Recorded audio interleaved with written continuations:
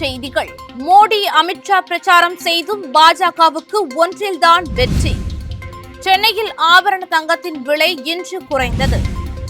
கொளத்தூர் தொகுதியில் போட்டியிட்ட ஸ்டாலின் தோல்வியடைந்த நிலையில் முதல்வர் பதவியை ராஜினாமா செய்தார். தாவேகா தலைவரை நல்லாட்சி நாயகனாக இயற்கையாக கொடுக்கப்பட்ட வரமாக கருதுகிறேன் என அக்கட்சியின் கோபி வேட்பாளர் செங்கோட்டையன் கூறினார். தாவேகாவுக்கு ஆதரவா என்ற கேள்விக்கு விடுதலை சிறுத்தை கட்சி தலைவர் திருமாவளவன் பதில் அளித்துள்ளார். சொன்னதை செய்து காட்டிய தாவேகா தலைவர் விஜய். விரிவான செய்திகள். தமிழக சட்டசபை தேர்தலில் அதிமுக தலைமையிலான தேசிய ஜனநாயக கூட்டணியில் பாஜக 27 தொகுதிகளில் போட்டியிட்டது. பிரதமர் நரேந்திர மோடி கோவை மற்றும் கன்னியாகுமரி மாவட்டம் நாகர்கோவிலில் ரோட் ஷோ வாயிலாக பாஜக மற்றும் கூட்டணி கட்சிகளின் வேட்பாளர்களை ஆதரித்து பிரச்சாரம் மேற்கொண்டார். மத்திய உள்துறை அமைச்சர் அமித்ஷா சென்னை மற்றும் மொடக்குறிச்சி தொகுதிகளில் ரோட் ஷோ நடத்தி ஆதரவு திரட்டினார். ஆனால் பாஜக வேட்பாளர்களை ஆதரித்து பிரதமர் மோடி மத்திய அமைச்சர்கள் பிரச்சாரம் செய்தும் 27 தொகுதிகளில் போட்டியிட்ட பாஜகவால் ஒரே தொகுதியாக ஊட்டியில் மட்டுமே வெற்றி பெற முடிந்துள்ளது. நைனா நாகேந்திரன், காந்தி, வானதி என சிட்டிங் எம்எல்ஏக்களும் மத்திய அமைச்சர் முருகன் உள்ளிட்ட 26 பேரும் படுதோல்வியை சந்தித்துள்ளனர். சென்னையில் இன்று 22 கேரட் ஆபரண தங்கம் விலை கிராமுக்கு 180 ரூபாய் குறைந்து 1 கிராம் 13,820 ரூபாய்க்கும், சவரனுக்கு 1,440 ரூபாய் குறைந்து 1 சவரன் 1,10,560 ரூபாய்க்கும் விற்பனை செய்யப்படுகிறது. சர்வதேச நிலவரங்களால் தங்கம் விலை ஏற்றம் இறக்கம் கண்டு வருகிறது. மே 4ஆம் தேதியான நேற்று 1 கிராம் தங்கம் விலை ரூபாய் 14,000க்கும் 1 சவரன் 1,12,000 ரூபாய்க்கும் விற்பனை செய்யப்பட்டது. இந்நிலையில் மே 5ஆம் தேதியான இன்று 22 கேரட் ஆபரண தங்கம் விலை கிராமுக்கு 180 ரூபாய் குறைந்து 1 கிராம் 13,820 ரூபாய்க்கும், சவரனுக்கு 1,440 ரூபாய் குறைந்து 1 சவரன் 1,10,560 ரூபாய்க்கும் விற்பனை செய்யப்படுகிறது.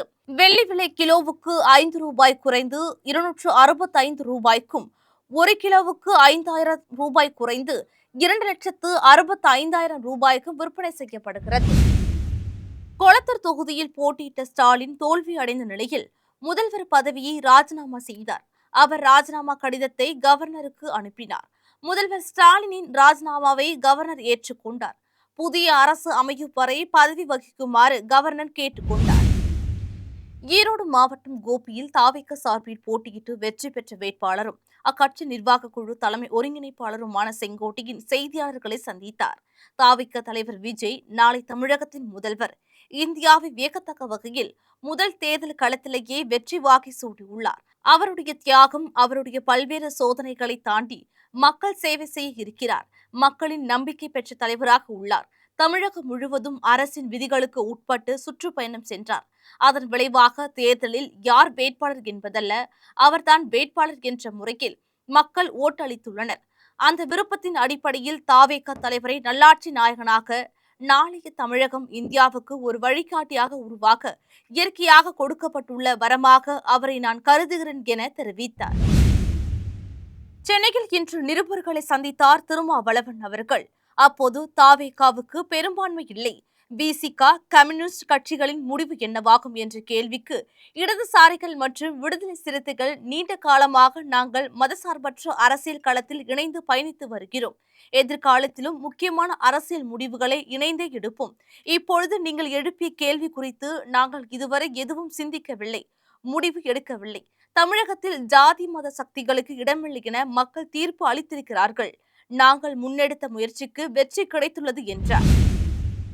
தாவேகா தலைவர் விஜய் தான் பங்கேற்ற அனைத்து கட்சி கூட்டங்களிலும் பிரச்சாரங்களிலும் திமுகவிற்கும் தாவேகாவிற்கும் இடையில்தான் போட்டி என ஆணித்தரமாக கூறி வந்தார்.